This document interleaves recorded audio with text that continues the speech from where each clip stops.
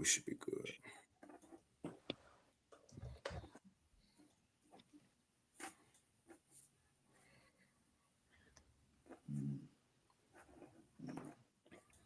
Hey, shalom, shalom.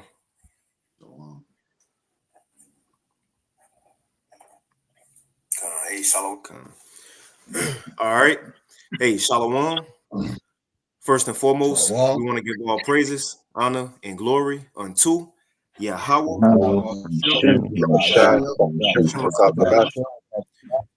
And double honors unto the apostles and elders of Great Millstone, and as well as the men that taught them. And peace and blessings to all you Akim out there who pushing his word with all truth and sincerity, and as well as to all you believers out there who believe on the gospel.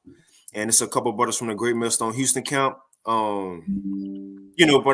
name on the page, before everybody started saying their name. But the Wadi Bashim Awashah for blessing us with another opportunity to come forth, and prophesy. Prophesy, teach, whatever it may be, but most importantly, bring forth edification and Lord willing, and do be edifying. But there's a couple of brothers we just want to, as I say, open forum. We don't have a set topic, so we're just going to roll with the spirit, which is a lot going on in these times. Like Ephesians the 5th chapter say, to be circumspect because the days are evil. But before we hop into it, brothers, anybody whoever got something, the floor is yours. I got something. There's a precept to start off with, I guess. You said that the Lord brought us together to prophesy. This is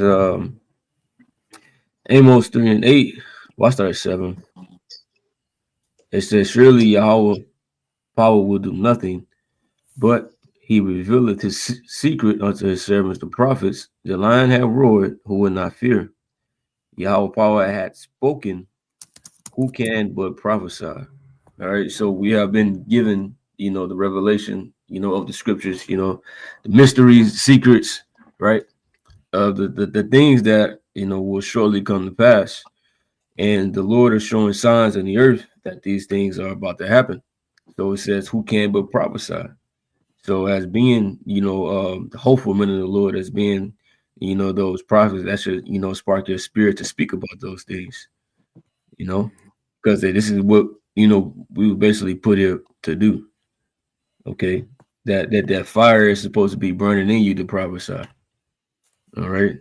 And even the scriptures even speak about covenant, to prophesy. All right, that's the greatest thing, one can do. Right. You got it. Got one real quick. Yeah, brothers, hear me? You got it. Yeah, Khan, this is Matthew 5 and verse 15. It says, neither do men light a candle and put it under a bushel, but on a candlestick, and it give a light unto all that are in the house. Hey, going into the what the brother was saying, like, if you have this information, you have understanding, you're supposed to be letting your light shine, man. So, the other first and foremost, because again, that's our job as a prophet, is to warn the people so they have an understanding of what's going on. You see, that's why the Most High have set up men to give that understanding. He have opened their minds up to where they can have the understanding, so they can give the people the warning and the understanding. You see, that's like a prophet is ordained to be a prophet. A basketball player is ordained to be a basketball player. That's how the Most High set it up. You see, so if you have been given that light, that understanding, hey, you like it says in Ezekiel, getting that blood off your hands. You see, but you got it. Kind of got a real quick one. 1 Corinthians 9 and 16. It says, for though I preach the gospel, I have nothing to glory of. And that's the importance of what we're doing, because people may think we bugged out because the Lord have us so diligent, consistent. Brothers be out there as rain, sleet, cold, hot, pushing the word. But what people don't get is that we ain't just trying to tell you to warn you for the hopes of that you save your life by believing. But the thing is, now that the Lord have entrusted us and let us into his secrets, we'll have a greater punishment if we don't tell you, if we don't be diligent about these things, man. That's why I say right here, 1 Corinthians 9 and 16, for though I preach the gospel, I have nothing to glory of, for necessity is laid upon me. Yeah, woe is unto me if I preach not the gospel. So it's necessary that we have to do this again. Look what Yahweh Shai did to give us this truth back. So it's the least we can do by going out and push the word, doing lessons on YouTube, prophesying, so on and so forth. But that was it on that. I had another one. Shit, brothers, don't be shy. This is Luke 12:47. And that servant which knew his Lord's will and prepared not himself, neither did according to his will, shall be beaten with many stripes. But he that knew not and did commit things worthy of stripes shall be beaten with few stripes. So just like you had spoke on, hey, we know what's going on. All right, so we supposed to be out here, warning, like the brother said, getting the blood off our hands, speaking unto the people, all right, which to our people, right, which are the Negroes, Latinos, and Native Americans, right, which are the true Israelites, according to the Bible, right, and according to prophecy. So we are supposed to be warning them, all right, whether they hear or whether they forbear, as Ezekiel said, right, of the things to come, all right. And this is an important thing to do. And if we don't do that, all right, then it's going to be a greater judgment upon us. All right. But it says, but he that knew not and did commit things worthy of stripes shall be beaten with few stripes. So for a person that don't even have this knowledge and not even, doing what the Lord requires, there's going to be it's still going to be a great judgment upon them. They still going to, suffer. Right. But the person that was supposed to, who knew and did not do, right, it's going to be worse upon him. All right, it says, for unto whomsoever much is given, of him much shall be required. All right, because you knew what's up already. So the Lord holds you to a different standard, right, than somebody else who didn't. It says, and to whom men have committed much, of him they will ask the more. All right. That's it. You got it. And even Yahweh Shai said it. Now that the word have been spoken, it should be no excuse. What that is, John 15:22, that nobody should have no excuse now, because everything have been laid out from the apostles, the elders. Even that, I was thinking about this the other day to Baba Kashak, can the brother grab that John 15? But I was thinking about this the other day to why is it that the Lord have the apostles, just especially the apostles who are constantly talk about the MOTB? Like, why is that the main topic, right? Why is the apostles hall, the apostles, bishops, brothers constantly getting on these other camps? You see, it's like an overload. Like people say we overdo it. All they're doing millions of lessons on people, but why is it like that though? And it's the point to where it was said multiple times. So when judgment comes, nobody can say, well, I didn't know. No, I had my man tell you multiple times. You even got tired of it saying, well, why y'all always talk about the MOTB? Why y'all always talk about the camps? That's going to be they go condemn themselves even in that, because they heard us constantly say the same things over and over again. So that nobody will be justified to say I didn't know, or ignorance is bliss, But whoever had that, Baba Kasha? I got it. Con. This is John 15, verse 22. It says, if I had not come and spoken unto them, they had not had sin, but now they have no cloak for their sin. Right. You want to speak on it, Art? Referring, it's in red letters, so just going to show you, like the brother's going into the importance of this word, especially going into Yahweh Shai, man. Yahweh Shai gave us this. We started with the Amos. You see that book was sealed, and through Yahweh Shai, the prophets in these times now have the revelation of these scriptures, man, to warn the people, to give if I could get this, because I have this precept, if I may. This is Ecclesiastes 3, verse 8. It says, a time to love and a time to hate, a time of war and a time of peace. You see, so the prophets, yes, they're set up to prophesy, but to declare the seasons. And right now, the seasons are going into the end times, man. You see, the brother was speaking on the MOTB. These are the prophecies set up for these times, man.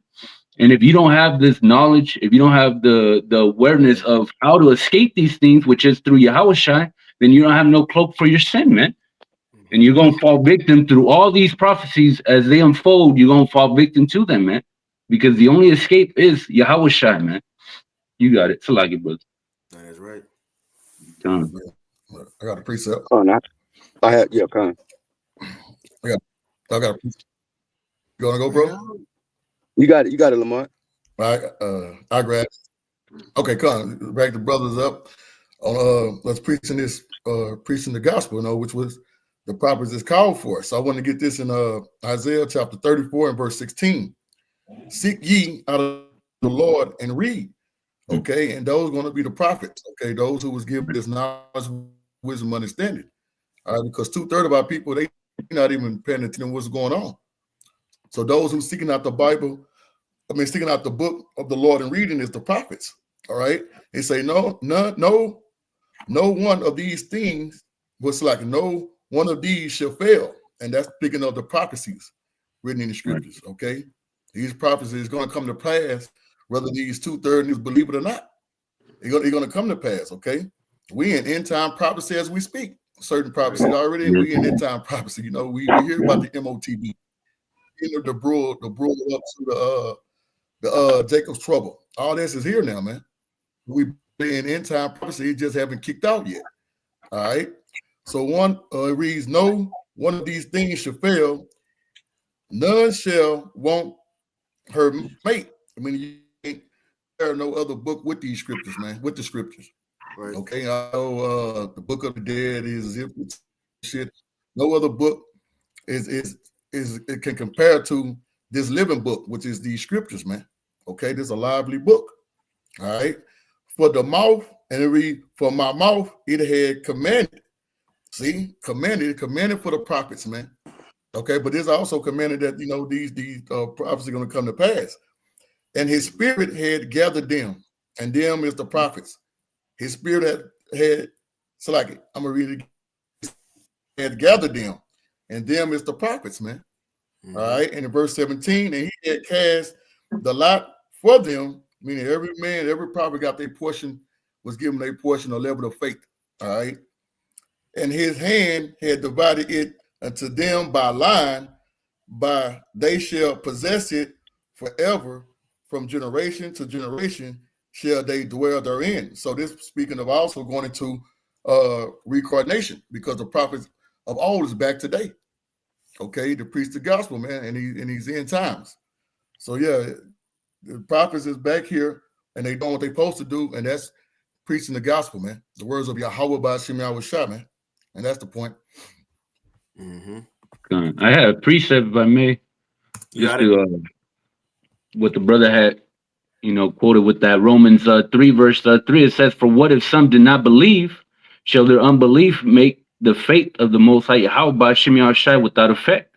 You see, going into these prophecies, because you're going to have a lot of unbelievers, man. You see, very few believers and a lot of unbelievers. That's the 2/3 and the 1/3, man.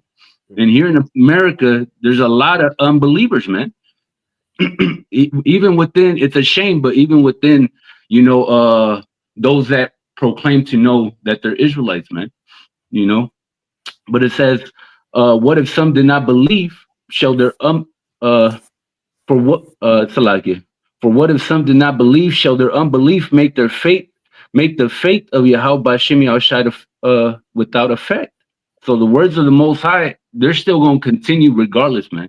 Just because these guys don't believe, just because they don't make it be known. You see, what is the truth? You see, what is the MOTB? You see, they could come up with whatever they want to say that it is, but the truth is out there, man. All right, the MOTB is, the MC to the hip. All right, mm-hmm. and it's out there, man. All right, it's being used. Just look it up. You don't have to go too deep. Just look up. Go Switzerland, man. They're all into that technology, man. It says, verse 4, it says, for Yahweh forbid. Yeah, let Yahweh be true, but every man a liar, right? And we're seeing, like the brother had said, or how the brother had brought out, this word is unfolding, man. You see? And the words of this book are being proclaimed. We're seeing these things. The Most High is showing that he ain't a liar. The rest of y'all are liars, man. It says Yahweh be true, but every man a liar, as it is written, that thou mayest be justified in thine sayings and mayest overcome when thou art judged. Right, man. You see, and the prophets are speaking the truth, man. All right, and you're gonna be judged, man. All you people, that's the will of Yahweh Shem Yahshai in these last times. Not just these prophecies, but all these prophecies end up with you getting judged, man. If you take the MOTB, the end result is you getting judged, man.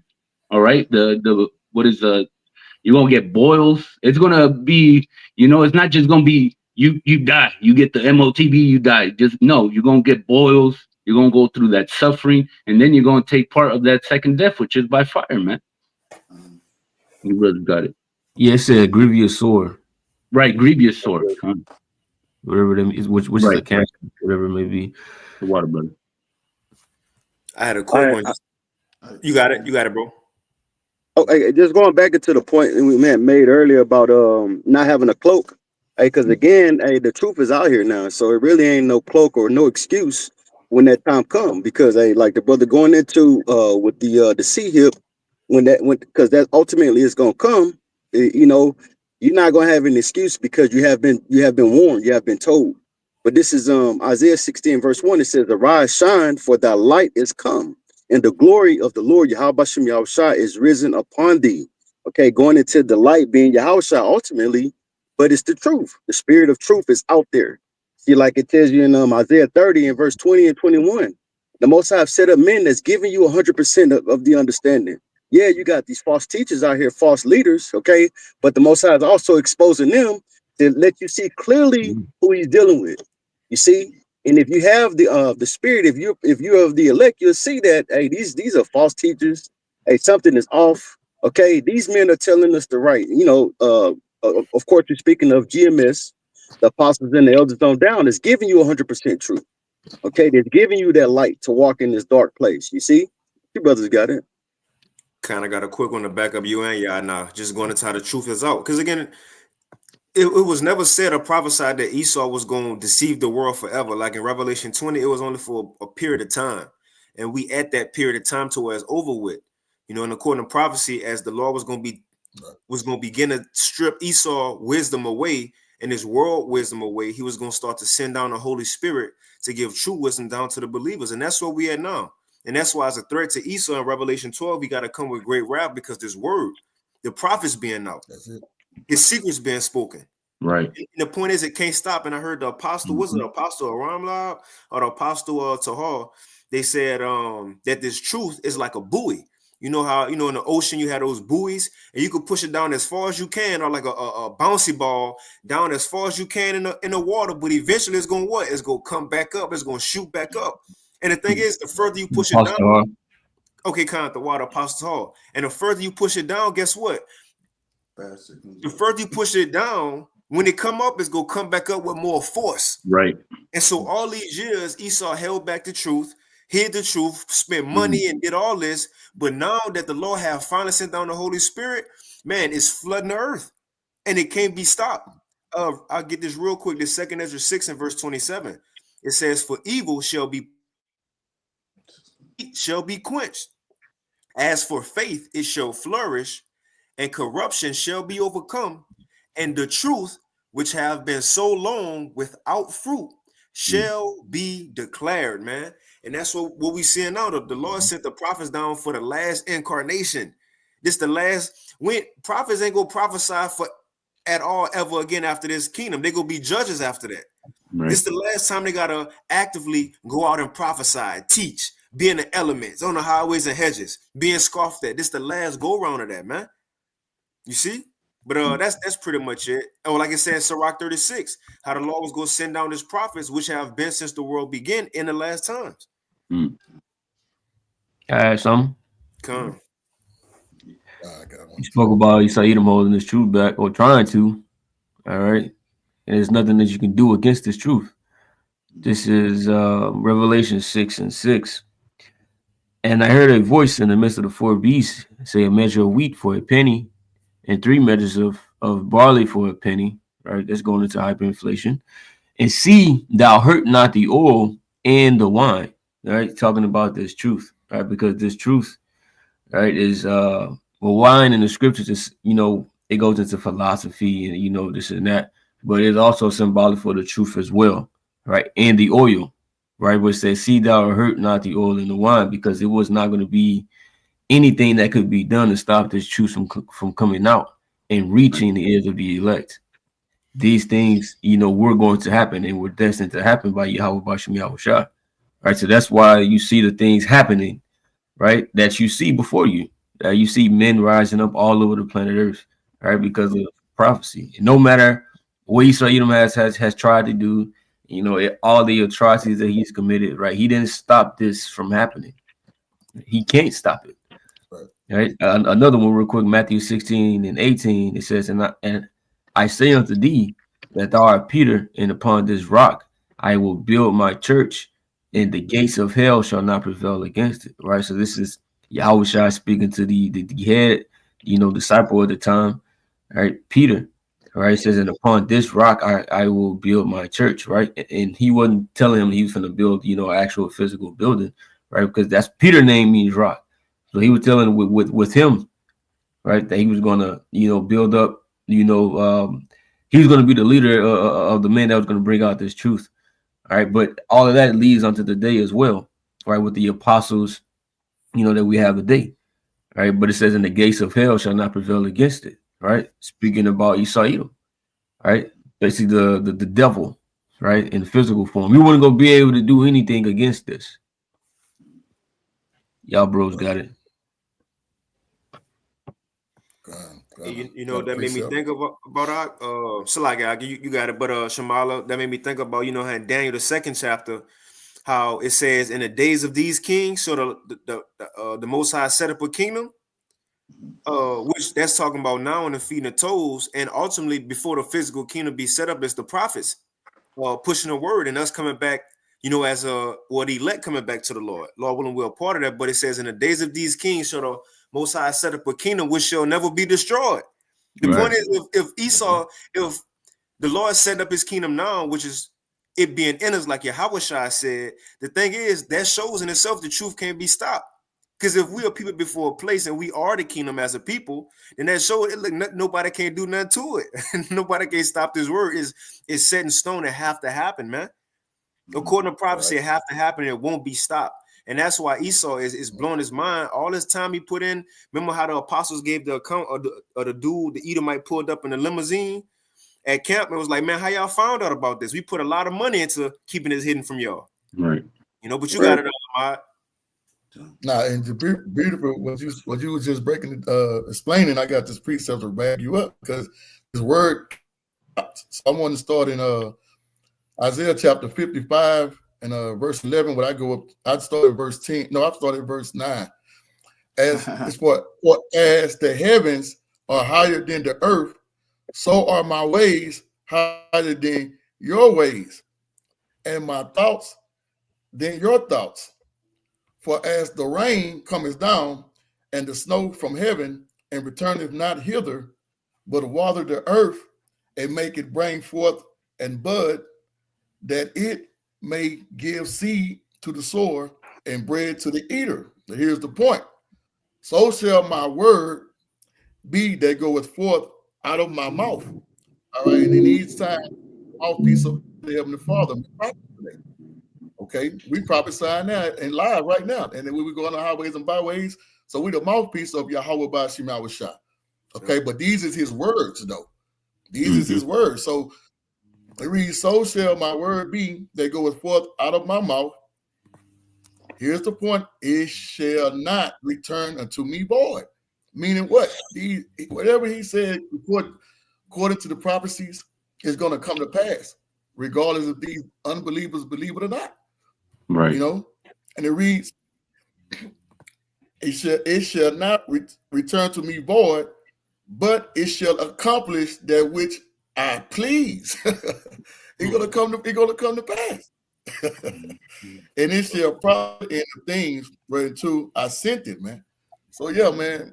Hey, this prophecy, hey, these unbelievers, these Israelites, and Esau too, because Esau scrambling too. Hey, but Yeah. it seemed like Esau more when he go with the elites, they understand. But with our 2/3 people, they don't get it. But Esau got scholars and all that, and they don't believe, but they know it's true. So yeah, we ain't got that long, man. I got one to back you up. Come on. This is Isaiah chapter 46 and verse 9. It says, "Remember the former things of old, for I am the Most High, and there is none else. I am the Most High, and there is none like me, declaring the end from the beginning, and from ancient times the things that are not yet done, saying, my counsel shall stand, and I will do all my pleasure." So the Lord has, Yahweh B'Shem Yahushua has declared these things that are going to come forth on the earth from the beginning. It's just up to the prophets to interpret what's going on and let the people know, because the Lord declared it from the beginning, and that's what we're out here doing now, declaring the Lord's words and telling his people, hey, it's almost a wrap. It's almost over. You need to get right because the Lord is coming back. And like the brother said, it's going to happen. You don't have to believe it. You don't have to believe it. It's going to happen. I got one. No, we're not out here convincing. Okay, go ahead, brother. No, you got it, brother. No, go ahead. Yes, even on your point though, that's it. That we're not out here trying to convince 2/3 of our people, because we already understand that they're not going to get it at the end of the day. This is why we preach to the elect. Okay, that's going to take heed to the message, because they are the ones that's going to take heed, that's going to be able to see the benefit of what we're saying and what we're doing. You see? But this is St. John 3 and verse 19. It says, "And this is the condemnation, that light is coming to the world, and men love darkness rather than light, because their deeds were evil." You see, 2/3 of our people, they want to continue to be in a nigger state, a nigger mentality. Right. Okay, a 2/3 mentality. They want to stay like that. They don't want to change. Okay, they look at us like, okay, we tell them like we going to the dietary law. Man, I've been eating this all my life, but well, the laws tell us not to do it. They rather continue to eat just cause. You see, because they're set for destruction at the end of the day. And having that understanding, hey man, like the scripture speaks of in Revelation 20:11, let the wicked be wicked still. That's why when we preach to the elect, because the elect is the ones that's going to take heed. You brothers got it. Hey, I gotta say something like, well, my grandmother or my grandfather ate pork till she was 100 years old. Right. 100 years old, so I'm gonna do it too. And that made me think of Ecclesiastes 8 and 11. And that's what our people, that's in their spirit, because a sentence against an evil work is not executed speedily. It's fully set in them to do evil. So they think, well, I've been eating pork, I've been eating crawfish, crab, lobster, and I'm still good. But the thing is, that's the same shit that happened to Eve, in the garden. When a serpent said, which, that wicked spirit said, "Thou shalt not surely die." They was thinking as soon as we do wickedness, that's it. We gonna die on spot. Right. Once they seen they could do a little something, and they looking around like, oh, ain't shit happen. Ain't nothing happened. Oh, we doing it again. And again and again. So the thing is, see, our people got that same mindset. Just because you don't die right then and there, just because you don't get judged right then and there, they may not see what the Lord got planned for them, or what he holding a greater judgment for them, man. And that's what we understand. Even the thing with the pork, of course, you might not as soon as you eat it. Well, nowadays people eating shit and just dying. Like a woman had to get her limbs cut off. But people don't see the gradualism of you killing your own self by eating this stuff. Yeah. But y'all got it. They can say, oh, if they've been eating this and nothing been happening to them, they still good. But they could be suffering many other things outside of just just bodily things. The Lord can just be bringing all type of judgment on them. Right. If you a spiritual person could see that. All right, but what it says, that evil people understand not judgment, not time of judgment, something like that. Right. All right, so it ain't got to be a physical disease. Oh yeah, I've been eating it and it's good and this and that and that. Oh, generations we've been doing this. All right, well, generations getting fucked up too. Shalom, Kasai, Yabashma Got, Shabrakata. Hey, shalom, got, shalom. Yeah, but my shop right there. got one to back You y'all late, up. man. Man, we about to end the lesson, man. You just Yeah, coming but you much brother. I'm working with you. Whatever you got, I'll bring it forward. But you got it, Rock. I mean, you call. Okay, this is Second Ezra chapter 9 and verse 10.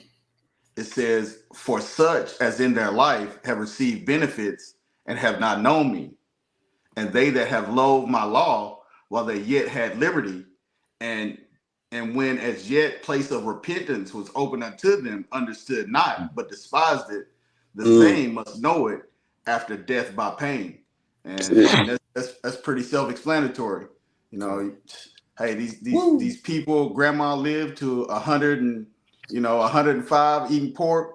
Yeah, she was receiving liberty, but guess what? Hey, it's not going to happen like that this time around. You're going to get that judgment with that death by pain. You got it. Matter of fact, if I can get a real quick one, because Ezra's in Second Ezra 7, and his man reading Ezra's be funny at times, him going back and forth with the angel. But it's in Second Ezra 7, and Ezra, he was trying to pray for the wicked of Israel. He was like, man, let me pray for our people who's suffering. And the angel pretty much told him, look, man, don't pray for them people. Just like it was told to Jeremiah, don't pray to them, for them niggas. Yeah, Hawashai said it himself. He didn't have to be told. He said, I ain't praying for them. So, but right here, Ezra had to be told, look, don't pray for these people. And his response was, he said, well, why not? He said, didn't our great forefathers and the prophets of old pray for the wicked? And he broke up different examples. He was like, didn't Abraham pray for the Sodomites, which we know Abraham didn't pray for Sodomites. He prayed for Lot and Sodom, right? Another example, he said, didn't Joshua pray for Israel in the time of Achan, and Samuel and David prayed for the destruction, and Solomon prayed for the sanctuary. So he's going into how righteous men pray for the wicked, or even cared about the wicked. But the reason the angel told him don't pray is because he said, Ezra, you coming into different times. You almost at the end. It ain't time to pray for nobody. It's time for them niggas to be judged now. So even if you do pray for them, it ain't gonna work. It ain't gonna work. Right. I'm gonna read it real quick. This Second Ezra chapter 7 and verse 41. It says, come on, Second Ezra 7 and 41. And the GNT version good too. But I'm gonna read this in the KJV. It says, Second Ezra 7 and 41. Even so now, seeing corruption is grown up and wickedness is increased, and the righteous have prayed for the ungodly. Wherefore shall it not be so now also? So this Ezra's asking, well, if the righteous pray for them, why I can't then? This is the answer. He answered me and said, this present life is not the end, where much glory doeth abide. Therefore have they prayed for the weak. Look, you weren't close to the kingdom back then. It was going to be incarnation and suffering after suffering. That's why they pray for him. Now we get to the time where we about to get glory. But it says, but the day of doom shall be the end of this time and the beginning of the immortality for to come, wherein corruption is past. And it's the point. It says, intemperance is at an end, fidelity is cut off, righteousness is grown, and truth is sprung up. And then shall no man be able to save him that is destroyed. So a prayer for these people won't work anyway. If the Lord got a judgment set, for example, like Alizar, what you fasting for the nigga for? What are we fasting for him for? For what? For what? Look, the Lord had him do that just to be exposed and judged, man. When the times where prayers for people might not work as they did in the past, because judgment is a different time. It says, then shall no man be able to save him that is destroyed, nor oppress him that have gotten a victory. And those who believe, nobody won't be able to take them out of the hands of the Lord. They're gonna be fully protected in these times. But the other people, as you read, in a liberty, they didn't show reverence to the Lord. Well, now you got to dwell in torments, man. But y'all brothers got it. Time. And just, if I may, bring out the Second Ezra chapter 7 and 19. It says, and he said unto me, there is no judge above Yahweh, and none that hath understanding above the highest. Just going into how it's the Lord Yahweh who put forth that judgment on Alizar. There's nothing or these people can do or go to to try to petition and say, well, that that judgment wasn't right, the judgment wasn't this. That's the judgment of the Lord that was laid out for all of Israel to see. Yeah. Mm-hmm. Matter of But is fact, there anything else? nah. Yeah. But can I read this in the GNT, Baba Kasha? All right, go ahead. Yeah, That's pretty much Second Ezra 7 and 113 in the GNT. It says, but the judgment day will be the end of this present age and the beginning of the future age. Then all corruption will end. Self-indulgence and disloyalty will be eliminated. Righteousness and truth will reach their full maturity. So on judgment day, no one will be able to have mercy on those who have been condemned. And no one will be able to harm those who have been acquitted, man. That's it. Man, speak on that. No, I mean, shit, hey, like the call like to say, it's self-explanatory. Well, hey, it's self-explanatory, Hey, But no, that's it. When the time to right, the right. righteous is gonna be spared, and nobody can stop the elect from being elect, and then the wicked about to get judged. Nobody can stop them or take them out of the judgment of the Lord, man. That's why hey, it's an important time right now to separate from this world, But you got it, bro. yeah, I'm trying to get a second. Oh, got something. Second Ezra 16 and 3, right? This is going to the destruction of Babylon the Great, but this can apply to to judgment going upon wicked people as well. All right. Second Ezra 16 and 3. A sword is sent upon you, and who may turn it back? A fire is sent among you, and who may quench it? All right. Plagues are sent unto you, and what is he that may drive them away? It says, may any man drive away a hungry lion in the woods, or may anyone quench the fire in the stubble when it had begun to burn? May one turn again the arrow that is shot of a strong archer?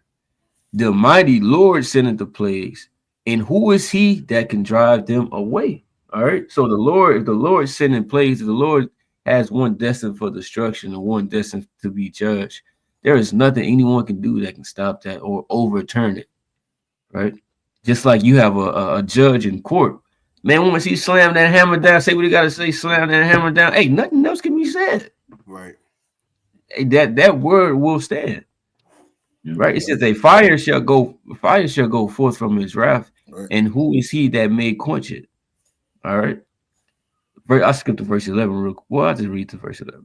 He shall cast lightnings, and who shall not fear? He shall thunder, who shall not be afraid? The Lord shall threaten, and who shall not be utterly beaten to powder at his presence. All right. Just like brother was talking about, people fasting, all right, for the wicked abominable act that this man did. Like they all getting together and fasting over that, right? But it's a lot of wickedness going to Israel. Why just him? Because he did that and that got exposed, right? Y'all getting together and fasting over something wicked. Like, come on, bro.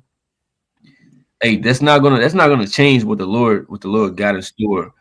All right, of what's gonna happen, bro. All right, go ahead, y'all got it.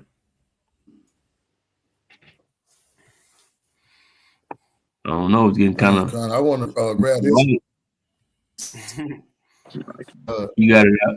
Ezekiel chapter 33. Was speaking on how the prophets, like we out here giving that blowing that trumpet. And that's part of the prophet's duty is to warn the people, and that's whether they hear or forbear. And because we started out going into the prophets and we prophesying and our people not taking heed in it. So I want to get this in Ezekiel chapter 33 and verse 7. So thou, son of man, I had set thee a watchman, which that's another name for the prophets, the right? Those men are the prophets of Israel, the watchmen, the prophets, and to the house of Israel.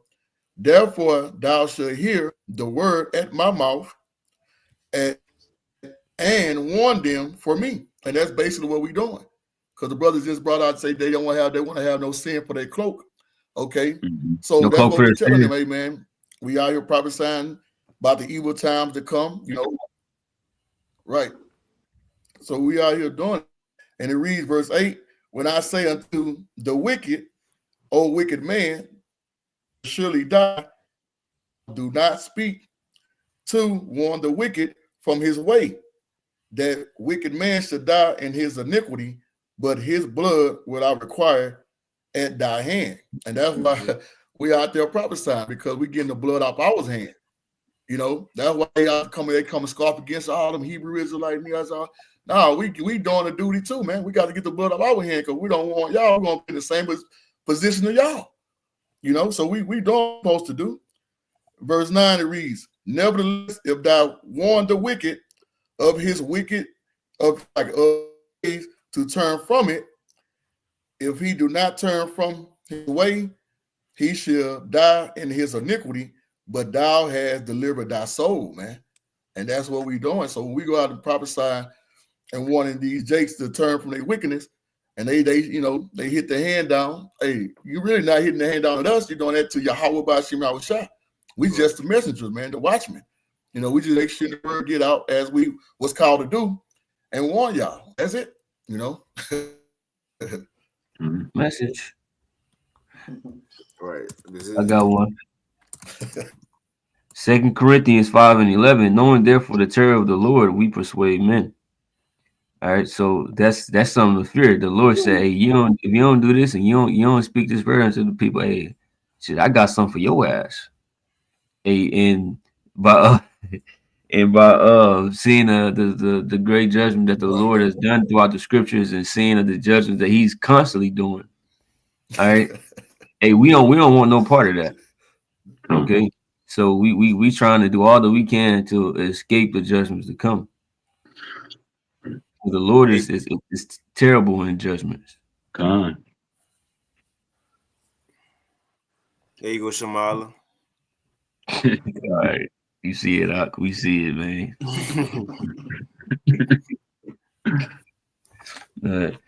Brother has something? Kind of not. You take us out. I know brothers had some in the comment, but I'll get this real quick. The brother spiritual arc, he been putting some good precepts. Zephaniah 3:5, it says, the just Lord Yahweh, Ba'ashim Yahushai, is in the midst thereof. He will not do iniquity. Every morning doeth he bring his judgment to light. He faileth not, but the unjust knoweth no shame. And we read that Zephaniah, ultimately it was going into how the Lord, day in and day out, amongst the nation of Israel, he bring judgment. Like he put people to death. You know, he put people in horrific situations. And it says he bring his judgment to life and he fell not. But this is the thing, as he's still doing that, the unjust know no shame. Our people don't get it that the Lord judging you. They can continue in it. They don't see that as a judgment or consequences from a higher power of their actions. So they continue doing what they was doing. And that's why your Korban precept was perfect. That in the time you had liberty, you didn't show the law no reverence, man. Right. Even when the law was judging, you still ain't consider your ways. You didn't have that conviction to change. But now, since you didn't have that conviction, now you're gonna have to be condemned. You know, but that was it on that. But shit, if brothers ain't got nothing else, Shamala, you could take us out, bro. No, you got it. You take it out. But shit, bros, got anything else? Well, I got one. No, go ahead, brother. Read it out. Hold on. Brothers is holding on the precepts. Come on, man. Nah, just real quick. Just going into that through the terror of the Lord, we persuade men. This is that 1 Timothy 5:20. It says, "Them that sin rebuke before all." You know, and also what point that Lamad was making, getting the blood off our hands. But them that sin rebuke before all, that others also may fear.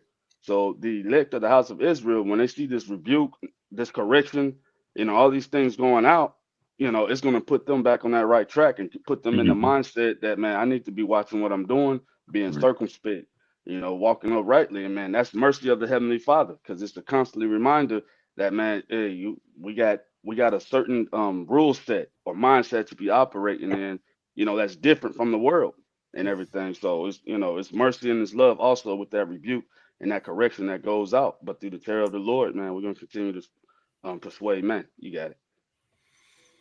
That's right. What kind? If brothers ain't got nothing else, we'll go ahead and end it right there. And again, Lord willing, this lesson was edifying. We just kind of got together through the Spirit. And again, the Wadi Bashim Shah for allowing us to bring forth another sacrifice. We just want to do some open form, Lord willing, we stay consistent with it. But we'll go ahead and end it right there. And once again, we want to give all praises, honor, and glory unto Yahweh.